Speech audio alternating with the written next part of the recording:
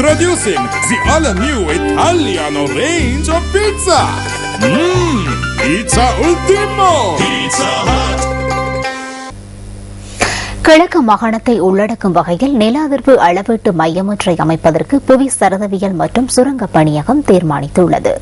அம்பாறை வடிநாகல பகுதியில் கடந்த காலங்களில் பதிவான நில அதிர்வுகளை கருத்தில் கொண்டே இந்த தீர்மானம் எடுக்கப்பட்டதாக பணியகத்தின் பணிப்பாளர் நாயகம் அனில் பீரிஸ் தெரிவித்துள்ளார்.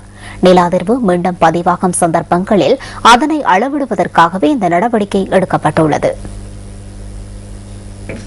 நாட்டின் தற்போது மிகிந்தலை, மகந்தராவ, பல்லேகல மற்றும் மாத்தறை மாவட்டத்தின் அக்மட பகுதிகளில் நில அதிர்வு அளவீட்டு மையங்கள் காணப்படுகின்றன. எனவே கிழக்கு மாகாணத்திலும் விரைவில் அதனை அமைப்பதற்கு எதிர்பார்த்துள்ளதாக பணியகத்தின் பணிப்பாளர் நாயகம் கூறினார். அம்பாறை வடிநாகல பகுதியில் பதிவான நில அதிர்வுக்கான காரணத்தை ஆய்வுகளின் மூலம் கண்டறிய முடியாது போயுள்ளதாகவும் புவி சரதிவியல் மற்றும் சுரங்க பணியகம் குறிப்பிடுகின்றது. இந்த அதிர்வுகளுக்கான காரணத்தினை கண்டறிவதற்கு எதிர்காலத்தில் வேறு அணுகுமுறைகளை பின்பற்ற உள்ளதாக பணியகத்தின் பணிப்பாளர் நாயகம் குறிப்பிட்டார். நில அதிர்வு தொடர்பில் ஆய்வுகள் மேற்கொள்வது மிகவும் கடினமானதொரு விடயம் எனவும் அனில் பீரிஸ் சுட்டிக்காட்டினார்.